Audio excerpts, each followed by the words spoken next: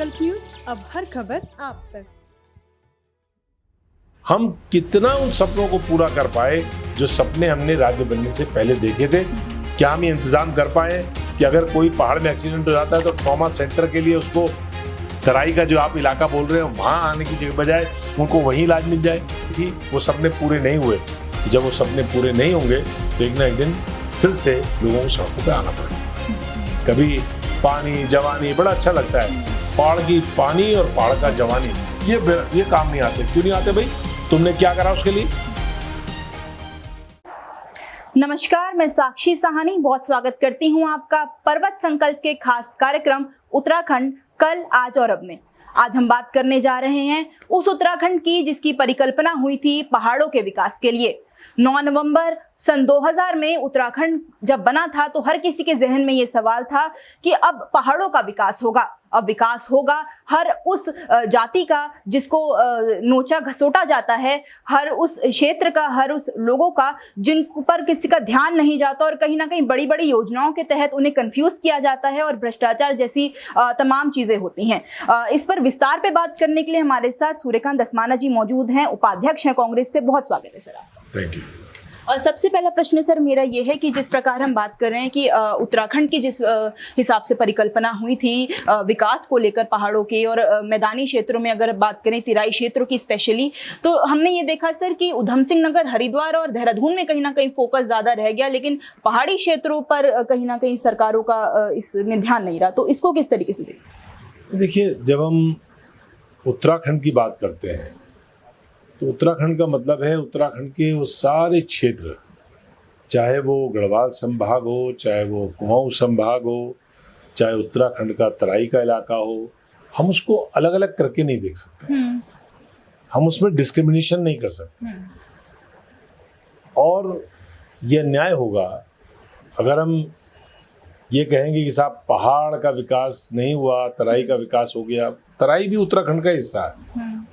हमें तो ये सोचना चाहिए कि हमने परिकल्पना, आपने कहा कि हमने कैसी परिकल्पना करी थी। हमने परिकल्पना ये करी थी कि उत्तराखंड राज्य एक ऐसा राज्य बनेगा जिसमें उत्तराखंड के लोगों की पहुंच तक उत्तराखंड की सरकार होगी, नंबर 1।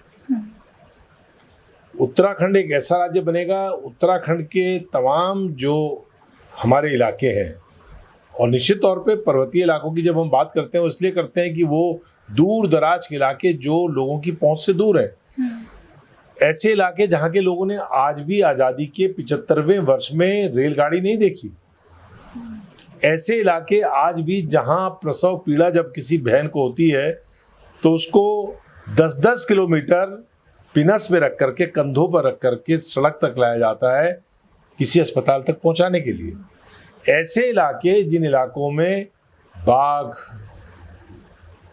तमाम जंगली जानवर घास काटने जाने वाली महिला को मार देते हैं, ऐसे इलाके जहां आज भी आप राज्य बनने का 22 वर्ष पूरे हो गए, और 22 वर्ष हम अगर कहेंगे कि बिल्कुल शैशव काल में है तो ये हम पॉलिटिकल लीडरशिप को डिफेंड करेंगे। जो उन्होंने 22 वर्ष में नहीं कर पाए उसको हम डिफेंड कर रहे हैं। निश्चित तौर पे आज भी 22 वर्ष राज्य के बन जाने के बाद जब हम पूरे राज्य में देखते हैं तो पूरे राज्य के वो इलाके जिनके बारे में आप बात कर रही हैं कि कहीं ना कहीं वो पीछे रह गए विकास की दौड़ में, ये अब तो 22 साल हो गए राज्य बने हुए। अब किसका कसूर है? अब तो उत्तर प्रदेश का कसूर नहीं है, अब तो लखनऊ का कसूर नहीं है। पहले हम कहते थे लखनऊ हमारे साथ अन्याय कर रहा है, लखनऊ हमारे साथ विकास के मामले में भेदभाव कर रहा है, हमारी उपेक्षा हो रही है। अब कहाँ से उपेक्षा हो रही है? अब तो 22 वर्षों में बारी बारी से अलग अलग पार्टियों की सरकारें हैं। तो आज 22 वर्ष बाद भी अगर हम देखेंगे कि एक महिला जिसको प्रसव पीड़ा हो रही है और वो उतर के कई किलोमीटर पैदल चल के नीचे आ रही है और उसको मजबूरी में किसी के ऊपर हमला करना पड़ रहा है इसके लिए कि वो तकलीफ में है। जब 2 दिन पहले ही समाचार पत्र में समाचार छपा बड़ी प्रमुखता से, अगर आज भी 22 वर्ष बाद ऐसे हालात उत्तराखंड में हैं तो निश्चित तौर पे हमको ये विचार करना पड़ेगा, ये सोचना पड़ेगा कि क्या वो परिकल्पना जिसकी आप बात कर रही हैं, जो राज्य के बारे में हमने सोचा था मूलतः कि राज्य बनेगा तो ये होगा, राज्य बनेगा तो वो होगा, राज्य बनेगा तो ऐसा होगा, राज्य बनेगा तो वैसा होगा, जो हमने सोचा था हम उन सपनों में कहाँ तक पहुंच पाए, उन सपनों को कितना पूरा कर पाए, चाहे रोजगार के मामले में हो, चाहे स्वास्थ्य के मामले में हो, चाहे शिक्षा के मामले में हो, चाहे इंफ्रास्ट्रक्चर के मामले में हो, हम कितना उन सपनों को पूरा कर पाए जो सपने हमने राज्य बनने से पहले देखे थे। ये निश्चित तौर पे पॉलिटिकल लीडरशिप के लिए भी और यहाँ की जनता के लिए भी विचारणीय विषय है। बिल्कुल सर, आपने एक बात कही कि क्या हमने सपने देखे थे और क्या हम जो है पूरा कर चुके हैं। एक सवाल सर मेरा ये है कि अभी आपने बताया कि राज्य के पास, क्योंकि सर अभी भी स्थायी राजधानी नहीं है, उस पर वो भी एक विवाद का विषय कहीं ना कहीं है। इसके अलावा सर हम ये देखते हैं कि अभी भी बहुत सारी संपत्तियां उत्तराखंड की ऐसी हैं जो उत्तर प्रदेश के नाम पर हैं, जिनका जो भी राजस्व कलेक्ट होता है वो सीधा उत्तर प्रदेश सरकार के पे जाता है, जबकि सबसे बड़ा राजस्व का अगर हम कहें कलेक्शन का एक पर्यटन ही है जो एक क्षेत्र है, लेकिन उस स्थिति में भी अगर उत्तर प्रदेश पे सारा ये सब सामान जाता है तो सर कहीं ना कहीं ये भी एक चिंतनीय विषय उत्तराखंड के लिए। नहीं, आपने 2-3 बातें पूछी, उनके बारे में मैं आपको थोड़ा सा विस्तार से बताऊंगा। पहला तो यह है कि जो सपने हमने देखे थे उन सपनों में सबसे पहला सपना तो ये था कि सरकार हमारे नजदीक होगी जी। दूसरा सपना ये देखा था कि राज्य में जो हमारे बेरोजगार नौजवान रोजगार की तलाश में अपने बूढ़े माँ बाप को छोड़ करके पलायन कर जाते हैं, तो कैसे वो खाली होते हुए गांव, जहां आज अगर कोई व्यक्ति मौत हो जाती है तो 4 लोग कंधा देने वाले नहीं हो पाते, हम कैसे उस स्थिति से मुकाबला करें और यहीं पे रोजगार का सृजन करें उत्तराखंड में, उनके हाथों को काम दें। तीसरा यहाँ पे स्वास्थ्य सेवाएं, चौथा यहाँ पे शिक्षा, पांचवा यहाँ पे इंफ्रास्ट्रक्चर। ये सारे विषय ऐसे थे जिन विषयों पर उत्तराखंड ये महसूस करते थे उत्तराखंड के लोग कि उत्तर प्रदेश हमारे साथ न्याय नहीं करता, लखनऊ हमारे साथ न्याय नहीं करता, हमारी अपनी सरकार होगी, हमारे अपने विधायक होंगे, हमारा अपना मंत्री होंगे तो हमारे साथ न्याय होगा। तो मैंने आपको बताया कि 22 वर्ष तो हो गए राज्य को बने हुए। अब 22 वर्ष में हमें क्या आकलन नहीं करना चाहिए कि वो सपने पूरे करने में हम लोग कितने सफल हो पाए। राजनीतिक लीडरशिप, मैं कांग्रेस बीजेपी या पॉलिटिकल पार्टियों की बात नहीं कर रहा हूँ, मैं पूरी पॉलिटिकल जमात के बारे में बात कर रहा हूँ जो ताकत में थे और ताकत में हैं। क्या वो उन सपनों को पूरा कर पाए हैं जो सपने उस समय देखे गए थे, जिनके लिए संघर्ष हुआ, जिनके लिए लाठी खाई गई, गोली खाई गई, लोग जेलों में गए, लोगों ने कुर्बानियां दी, उन सपनों को हम कितना पूरा कर पाए ये हमको देखना पड़ेगा। और मैं समझता हूँ कहीं ना कहीं पॉलिटिकल लीडरशिप इसमें फेल हुई है, इसमें फेल हुई है। सब लोग राजनीतिक जितनी भी, मैं भी एक पॉलिटिकल पार्टी का पदाधिकारी हूँ और प्रदेश स्तर पे मैं उपाध्यक्ष हूँ पार्टी का, मैं बड़ी जिम्मेदारी के साथ कह रहा हूँ कि राजनीतिक लीडरशिप जब मैं बोल रहा हूँ तो वो पार्टी से ऊपर उठ करके बोल रहा हूँ। पूरी पॉलिटिकल बिरादरी उसको बैठ करके अपने गिरेबान में झांकना चाहिए कि क्या हम उत्तराखंड की जनता के साथ न्याय कर पाए, क्या उत्तराखंड के लिए बलिदान देने वाले लोगों के साथ हम न्याय कर पाए। हम सरकारों में रहे, सत्ता में रहे, क्या हम उत्तराखंड के दूर दराज के गुत्तू, घनसाली, मोरी, धारचूला, मुंशियारी, तमाम दूर दराज के इलाके, क्या वहाँ की माता बहन को हम ये इंतज़ाम कर पाए कि उसको प्रसव पीड़ा के लिए हल्द्वानी और देहरादून ना आना पड़े? क्या हम ये इंतज़ाम कर पाए कि अगर कोई पहाड़ में एक्सीडेंट हो जाता है तो ट्रॉमा सेंटर के लिए उसको तराई का जो आप इलाका बोल रहे हो वहाँ आने की जगह बजाय उनको वहीं इलाज मिल जाए? क्या हम ये इंतज़ाम कर पाए कि अपने बच्चों को अच्छी शिक्षा देने के लिए वहाँ के लोग पलायन ना करें? ये इंतज़ाम क्या हम कर पाए इन 22 वर्षों में? ये हमको अपने गिरेबान में झांकना पड़ेगा। जो लोग सत्ता में, जो लोग ताकत में रहे, उनको देखना पड़ेगा कि क्या हम उन सपनों को पूरा कर पाए। मैं समझता हूँ कि आज बहुत बड़ी आवश्यकता इस बात की है और इसके लिए जब पॉलिटिकल लीडरशिप नहीं सोचती तो अल्टीमेटली जनता को आगे आना पड़ता है, जनता को सोचना पड़ता है कि हम क्या करें। जो सपने हमने देखे थे वो पूरे नहीं हुए, जिनके लिए हमने लड़ाई लड़ी थी, डंडे खाए थे, गोली खाई थी, जेलों में गए थे, कुर्बानियां दी थी, वो सपने पूरे नहीं हुए। तो जब वो सपने पूरे नहीं होंगे तो एक ना एक दिन फिर से लोगों को सड़कों पे आना पड़ेगा। सर, इन 22 सालों की बात करें तो कांग्रेस और भाजपा दोनों सरकारें जो हैं उत्तराखंड ने देखी हैं, लेकिन कुछ लोगों का ये भी कहना है कि अगर क्षेत्रीय पार्टी होती या फिर क्षेत्रीय पार्टी मिलकर अगर काम करती बड़ी पार्टियों के साथ तो हो सकता है कि जिन मुद्दों पर भी हम बात कर रहे हैं उन मुद्दों पर काम हो सकता गहराई से। और आपने बड़ा अच्छा सवाल किया। पूरे देश में अलग अलग प्रांतों में आप देखेंगे तो जो रीजनल पार्टीज हैं नॉर्थ ईस्ट से लेकर के, पहले नॉर्थ ईस्ट में ज़्यादा होता था, फिर वो दक्षिण भारत में आया, एनटी रामाराव के ज़माने में अन्ना द्रविड़ मुनेत्र कड़गम, द्रविड़ मुनेत्र कड़गम, AIDMK DMK जिसको हम बोलते हैं, रामचंद्रन साहब, जयललिता जी, ये तमाम स्टॉलवर्ड्स जो अपोजिशन के दक्षिण भारत में उभरे। उसके बाद एक दौर आया, ये आप मानिए 80 और 90 का दौर, जिसमें कोलिशन गवर्नमेंट्स का दौर आया पूरे देश में, और छोटी छोटी पार्टियां जातीय आधार पर, भाषा के आधार पर, क्षेत्र के आधार पर वो उभरी। उत्तर प्रदेश में भी उभरी। अब समाजवादी पार्टी बेशक अपने आप को राष्ट्रीय पार्टी कहे, लेकिन वो उत्तर प्रदेश तक सीमित है। उसका जो सबसे ज्यादा प्रभाव वाला क्षेत्र है वो उत्तर प्रदेश है। इसी प्रकार से राष्ट्रीय जनता दल अगर आप कहेंगे तो कहेंगे कि हम राष्ट्रीय दल है, लेकिन वो उसका क्षेत्र बिहार है। इसी प्रकार से ममता बनर्जी चाहे अपने को नेशनल पार्टी कहें, उनका जो कार्य क्षेत्र और प्रभाव क्षेत्र है वो पश्चिम बंगाल है। इस तरह से पूरे देश के अंदर एक कोलिशन का युग आया जो 20 वर्षों तक चला, और देश के अंदर भी कोलिशन की सरकार बनी, यूनाइटेड फ्रंट की सरकार बनी। आज भी देश में बेशक भारतीय जनता पार्टी पूरी मेजॉरिटी में अपने दम पे हो, लेकिन सरकार एनडीए की है। एनडीए माने नेशनल डेमोक्रेटिक अलायंस, और उधर उनके खिलाफ 10 वर्ष तक डॉक्टर मनमोहन सिंह रहे यूपीए का प्राइम मिनिस्टर, तो यूनाइटेड प्रोग्रेसिव अलायंस। तो देश के अंदर वो जो युग शुरू हुआ, लेकिन आप ये उत्तराखंड का दुर्भाग्य समझ लीजिए या राजनीतिक जो क्षेत्रीय दल हैं यहाँ पे उनका दुर्भाग्य समझ लीजिए। उत्तराखंड का कोई क्षेत्रीय दल उस स्थिति में नहीं आ पाया कि वो ताकत में आता, और उसके कारण है, उस पर कभी हम चर्चा करेंगे तो मैं विस्तार से बताऊंगा। लेकिन ऐसा नहीं है।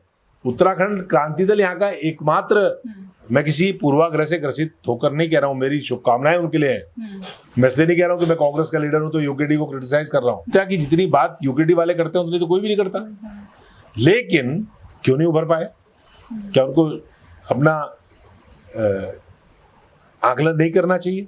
लेकिन वो सरकारों में रहे, कांग्रेस की सरकार में भी रहे और बीजेपी की सरकार में भी रहे। प्रीतम पंवार यूकेडी के एमएलए थे, वो कांग्रेस की सरकार में मिनिस्टर रहे, और दिवाकर भट्ट यूकेडी के एमएलए थे और वो बीजेपी की सरकार में रहे मिनिस्टर।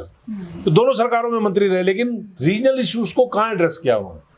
और रीजनल इश्यूज का मतलब मेरा ये नहीं है कि पहाड़ी गैर पहाड़ी या भाई, रीजनल इशू मतलब ये कि जिन इश्यूज के लिए उत्तराखंड राज्य का आंदोलन हुआ था, उत्तराखंड राज्य के आंदोलन 94 वाला आंदोलन बोलते हैं केवल।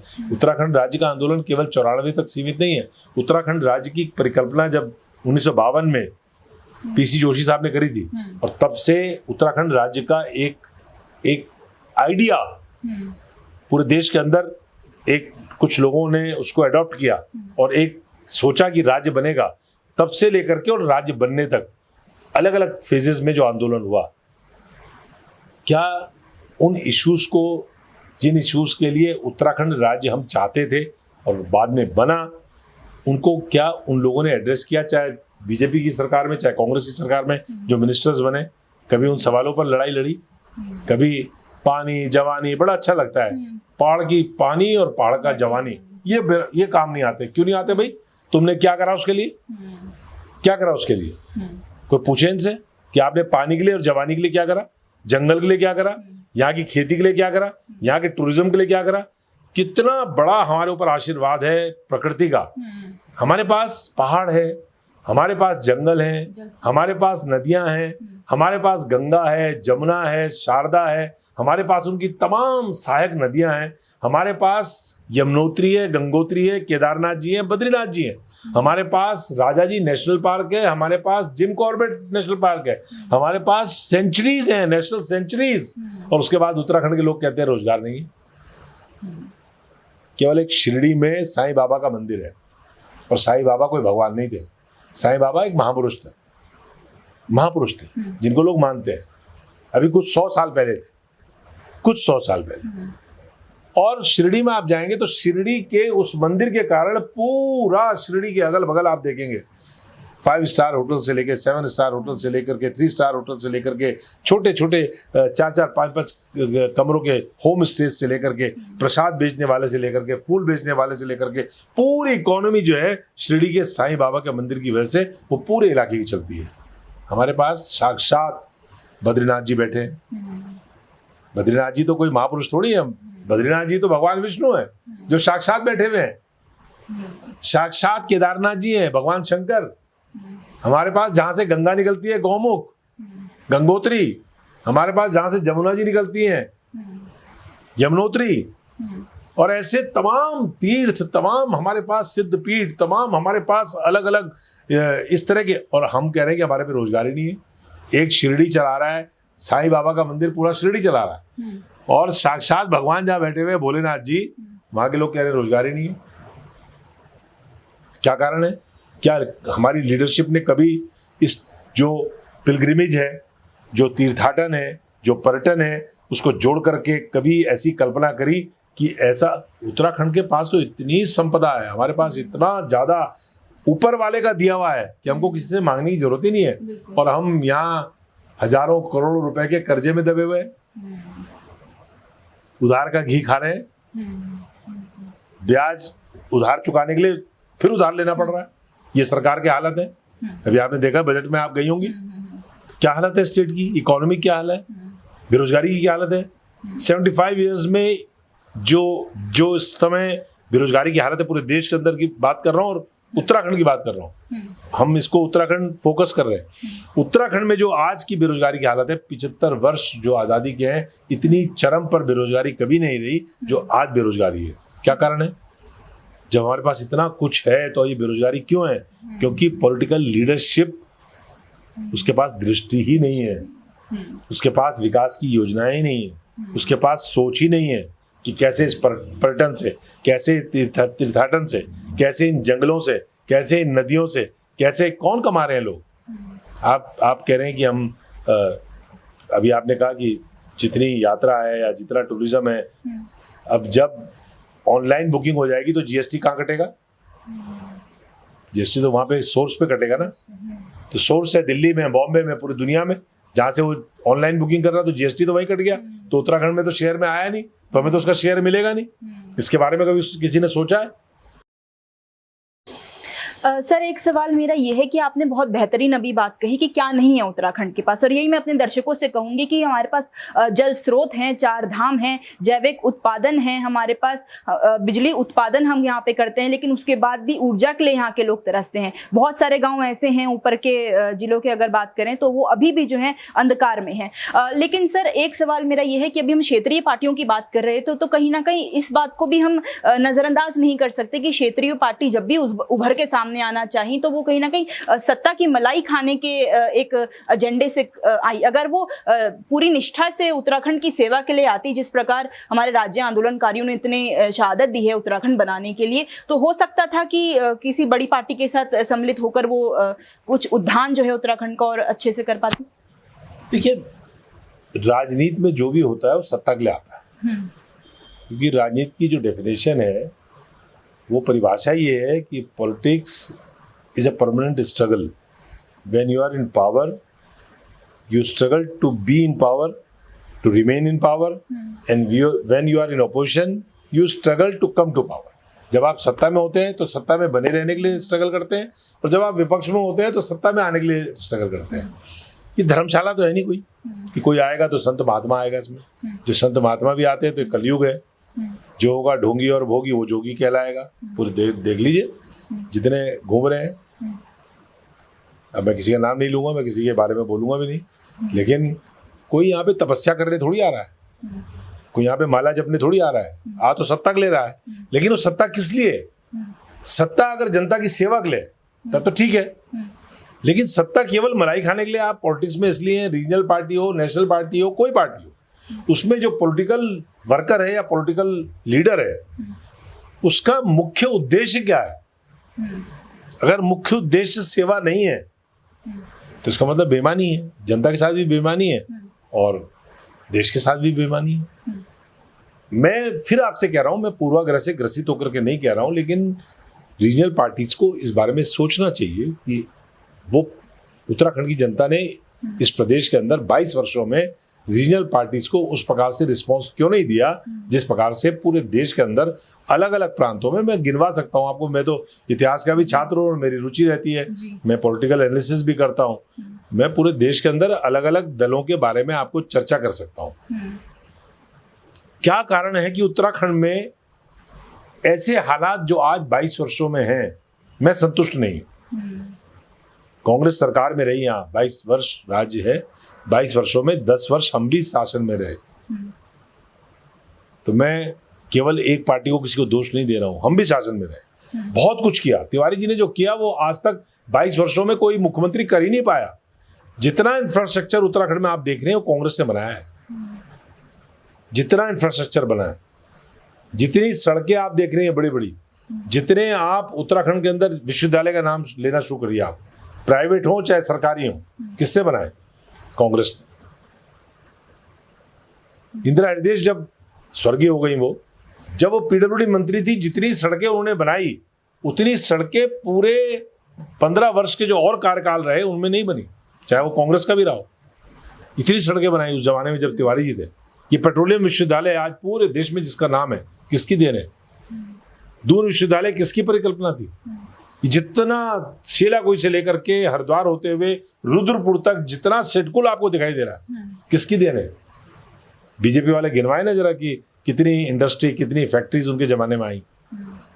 गिनवाए, वो तो मज़ारें गिनवाएंगे, ये मज़ार उखड़वा दो, ये मस्जिद उखड़वा दो, ये फलाना करवा दो। इंडस्ट्री बताइए कौन सी आई, फैक्ट्री बताइए कौन सी लगी, नया कल कारखाना बताइए जिसमें रोजगार लग सकता हो, किसने करा? कांग्रेस के जमाने में। तो इसलिए जो रीजनल पार्टीज की जहां तक आपने बात करी है, मैंने आपको बताया जो कोर इश्यूज थे, उन कोर इश्यूज को बड़ा अच्छा लगता है, कानों को बड़ा कर्णप्रिय है। पहाड़ का पानी, पहाड़ की जवानी। मैं बार बार सोचता हूँ इस पहाड़ के पानी और पहाड़ की जवानी के लिए यहाँ की पॉलिटिकल लीडरशिप ने करा क्या? क्या किया? आपको मालूम है जल विद्युत परियोजनाएं जो हमारी उत्तराखंड की हैं, हम जितना पावर टिहरी डैम से पैदा करते हैं, 2400 मेगावाट का वो पूरा प्रोजेक्ट है, कितना हमारा हिस्सेदारी है उसमें? हमारी हिस्सेदारी क्या है? जब उत्तराखंड राज्य बना तो जितना पानी हमारा था वो पानी हमारा नहीं है, वो 6 राज्यों का है, जल बोर्ड है। उसमें उत्तराखंड भी है, उसमें उत्तर प्रदेश भी है, उसमें हरियाणा भी है, उसमें पंजाब भी है, उसमें हिमाचल प्रदेश भी है, उसमें दिल्ली भी है। 6 राज्यों का बोर्ड है। हमारे जो पानी है, हमारा स्रोत हमारे यहाँ है, जितना स्ट्रीमलाइन हमारे यहाँ जितना जाता है उत्तराखंड में, उसमें पावर हम उसमें प्रोजेक्ट नहीं लगा सकते बिना एनओसी के। पावर इतना बड़ा सेक्टर है, बिजली आज पूरे देश के अंदर इतना बड़ा बिजली का संकट पैदा हुआ इस एनडीए सरकार में, मोदी सरकार में। वो तो लोगों की आंखों में पट्टी बंधी हुई है और इतना बढ़िया घोटा अफीम का, धर्म का, हिंदू मुस्लिम का, सब लोगों ने चाट रखा है कि लोगों को कुछ परेशानी दिख ही नहीं रही है। वरना पावर का इतना बड़ा क्राइसिस जो कोयले की वजह से हुआ इस समय देश में, उत्तराखंड पावर बैंक बन सकता था। हमारे पास इतने गाड़ गदेरे, नदी नाले, पानी, झरने इतने हैं हमारे पास। ये बड़ी नदियों की बात छोड़ दो, गंगा, जमुना, शारदा, इनकी बात छोड़ दीजिए आप। छोटी छोटी नदियां, छोटे छोटे गदरे, छोटे छोटे झरने इतने सारे हैं जहां पर छोटे छोटे पावर हाउसेस लगा करके स्टेट का ग्रिड बना करके हम पावर बैंक बना सकते थे और पूरे देश को बिजली बेच सकते थे। क्या कभी किसी ने सोचा इसके बारे में? बोलना बड़ा अच्छा लगता है, पहाड़ का पानी, पहाड़ की जवानी। पहाड़ की जवानी के लिए क्या किया तुमने? आज उत्तराखंड में जितना पलायन है राज्य बनने से पहले, जितना पलायन था उससे ज्यादा पलायन आज है। इतना पलायन है कि त्रिवेंद्र सिंह रावत को एक आयोग बनाना पड़ा कि पलायन आयोग बनाओ। और मैंने उस दिन कहा, मैंने अफसोस जताया कि अगर त्रिवेंद्र सिंह रावत उनको ये या सूर्यकांत धस्माना या हरीश रावत या प्रीतम सिंह, कांग्रेस बीजेपी छोड़िए, हमको अगर ये बताना पड़े कि पलायन क्यों हो रहा है, आयोग बनाना पड़े उसके लिए, कोई रिसर्च का विषय है क्या है? It is not a rocket science कि हमको भाई पहाड़ का अगर आदमी की टांग टूट जाएगी खैरा सैंड के, त्रिवेंद्र सिंह जी के गांव के, तो उसको इलाज नहीं मिलेगा और कोटद्वार आएगा वो वहां से। मेरे गांव में बग्याली में अगर कोई आदमी, बहन हमारी, उसके प्रेगनेंसी का कोई केस हो जाएगा तो उसको इलाज नहीं मिलेगा, उसको कोटद्वार आना पड़ेगा। और कोटद्वार में भी हायर सेंटर रेफर करेंगे कि देहरादून में जौली ग्रांट में चले जाओ, दून अस्पताल में चले जाओ, फलाना चले जाओ। और दून अस्पताल में जब आएगी वो तो 7 दिन तक उसको बिस्तर नहीं मिलेगा और फर्श में लेटी रहेगी और बच्चा भी मर जाएगा और जच्चा भी मर जाएगी। ये मैंने खुद 2018 में उस लड़की को, जब उत्तरकाशी की, जब वो मरी तो मैं पहला व्यक्ति था वहां पहुंचा। ये स्थितियां, अगर स्वास्थ्य की हालत होगी तो आप किस जवानी की बात कर रहे हो, किस पानी की बात कर रहे हो, उनको आप एड्रेस नहीं करोगे और आप कहोगे साहब पूरे देश में टीएमसी हो गई, डीएमके आ गया, झारखंड मुक्ति मोर्चा आ गया, लेकिन उत्तराखंड में तो कोई, उत्तराखंड के लोग किसी रीजनल पार्टी को घास नहीं डालते, कैसे घास डालेंगे, कैसे घास डालेंगे। और गलत फहमी है, ये राज्य जो है जो बना है वो हमारे उत्तराखंड के आम जनमानस के संघर्षों से बना है, और उस राज्य का सपना दिखाने वाले हम लोग थे। हम पूरे राज्य में क्रांति रथ लेकर के घूमे थे उत्तराखंड का, और हमने लोगों से कहा था कि उत्तराखंड बनना चाहिए। विनोद बड़थाल और हम क्रांति रथ लेकर के घूमे थे। उस समय लोग हमारी हंसी उड़ाते थे कि क्या उत्तराखंड उत्तराखंड कर रहे हो। जब हमने अपनी पार्टी के अंदर, उस समय मैं समाजवादी पार्टी में था, जब हमने प्रस्ताव पारित किया तो पूरे उत्तर प्रदेश के लोगों ने विरोध किया, लेकिन उस समय के तत्कालीन हमारे नेता ने कहा कि नहीं, हम ताकत में आएंगे तो उत्तराखंड राज्य बनाएंगे। और 1994 में जब ताकत में आए तो 5-6 जनवरी 1994 को विनोद बड़थाल कमेटी और रमाशंकर कौशिक कमेटी, इनका गठन हुआ, और उसके बाद उत्तराखंड के राज्य की निर्माण की प्रक्रिया हमने शुरू करी। बाद में कुछ घटनाएं, दुर्घटनाएं ऐसी हो गई, हानि लाभ, जीवन मरण, यश अपयश विधि हाथ, वो हमारे हाथ में तो है नहीं। तो जो हमें यश मिलना था उसका अपयश मिल गया, जो हमें श्रेय मिलना था वो हमको नहीं मिला। तमाम लोग, कैसे कैसे लोग कहाँ कहाँ पहुँच गए, हमें कुछ का अफसोस नहीं है, जनता बनाती है। लेकिन ये बात सच है जो आपने कही कि इस राज्य के अंदर ये उत्तराखंड इकलौता राज्य होगा पूरे देश में जहाँ, देखिए 3 राज्य बने थे ना एक साथ, छत्तीसगढ़, उत्तराखंड और झारखंड। उत्तराखंड के अलावा सब जगह रीजनल पार्टी, जो 2 और राज्य बने वहाँ भी रीजनल पार्टी, उत्तराखंड में रीजनल पार्टी नहीं। मैं निवेदन कर रहा हूँ, मैं उनको कोई शिकायत नहीं कर रहा हूँ, उनके ऊपर कोई आरोप भी नहीं लगा रहा हूँ, लेकिन ये अपने गिरेबान में झांकना जरूर चाहिए, चाहे मैं हूँ चाहे कोई भी हो, कि ये क्यों नहीं हो पाया।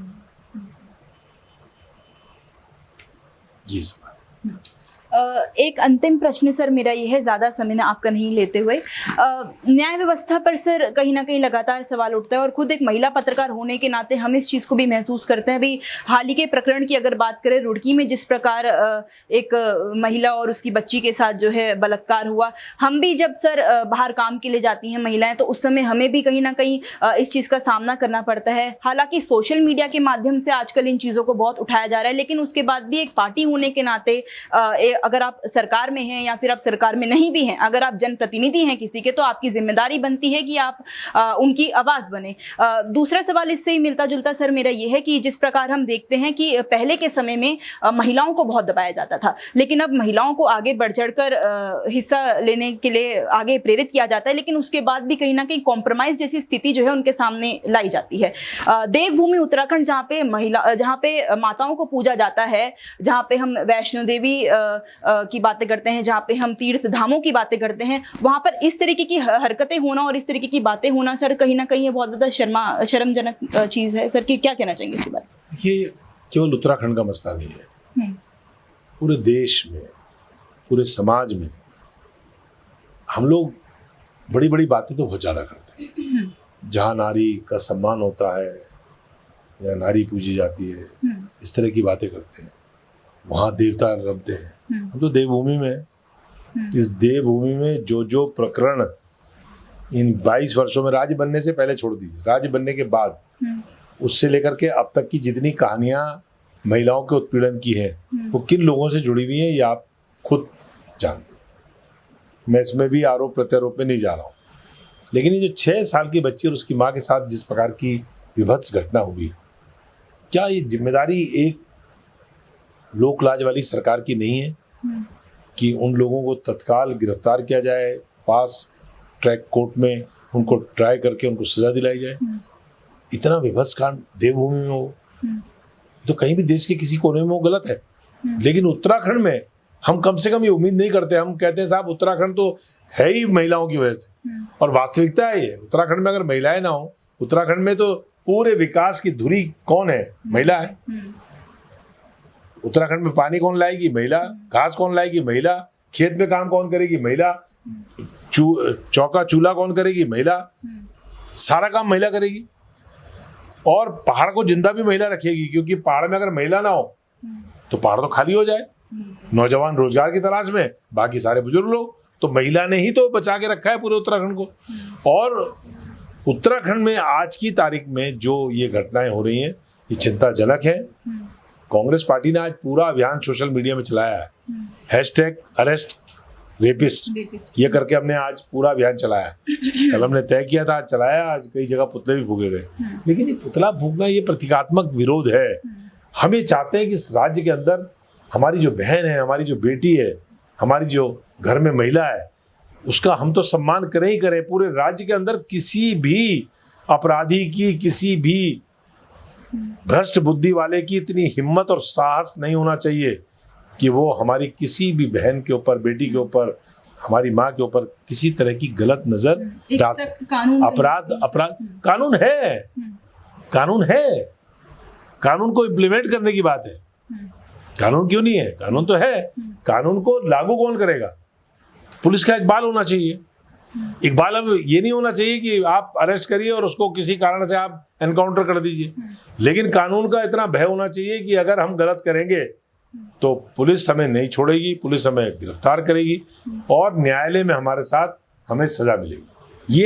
ये भय और डर जो है निश्चित तौर पे अपराधियों के मन में सरकार का, शासन का, प्रशासन का, पुलिस का होना चाहिए। महिलाओं की सुरक्षा सबसे पहला। उत्तराखंड मैंने कहा टूरिज्म इतना बड़ा, टूरिस्ट कहाँ जाता है?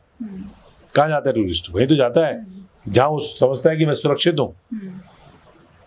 आज मैं अपनी बेटी को, अगर वो कहती है कि मुझे जाना है कहीं घूमने अकेले, नाइट आउट करना है, मुझे 2 दिन के लिए, 4 दिन के लिए बाहर जाना है, तो मैं कोशिश करूंगा कि ऐसी जगह चूज करे जहां अपराध कम से कम हो, जहां वो सेफ हो। जब मैं अपनी बेटी के लिए सोच सकता हूँ, अपनी बहन के लिए सोच सकता हूँ, अपनी पत्नी के लिए सोच सकता हूँ, तो मुझे समाज में जो औरों की बेटियां हैं, औरों की बहनें हैं, औरों के घर में की महिला हैं, उनके बारे में भी सोचना चाहिए। और वो तभी सोचेंगे जब शासन, प्रशासन, तंत्र, समाज के अंदर तो जागरूकता होनी ही चाहिए। लेकिन कुछ लोग होते हैं जो बिना सख्ती के नहीं मानते, बिना कानून के नहीं मानते। कानून को अपना काम बहुत मुस्तैदी के साथ इस मामले में करना चाहिए। सर, पर्वत संकल्प के साथ जुड़ने के लिए बहुत धन्यवाद। ये थे सूर्यकांत धस्माना जी हमारे साथ, उपाध्यक्ष हैं कांग्रेस पार्टी से। विभिन्न मुद्दों पर हमसे बात करी, उत्तराखंड के विकास को लेकर भी, और कहीं ना कहीं बताया कि किस तरीके से हमें ज़रूरत है कि अपनी आवाज़ को और ज़्यादा प्रचंडता से जो है हम उठाएं, ताकि लगातार जिन मुद्दों पर हम बात करते रहते हैं वो सिर्फ बात का एक विषय न रह जाए, बल्कि उस पर काम होना जो है अब शुरू हो जाए। ऐसे ही उत्तराखंड के ज्वलंत मुद्दों से जुड़ने के लिए देखते रहिए पर्वत संकल्प। पर्वत संकल्प न्यूज, अब हर खबर आप तक।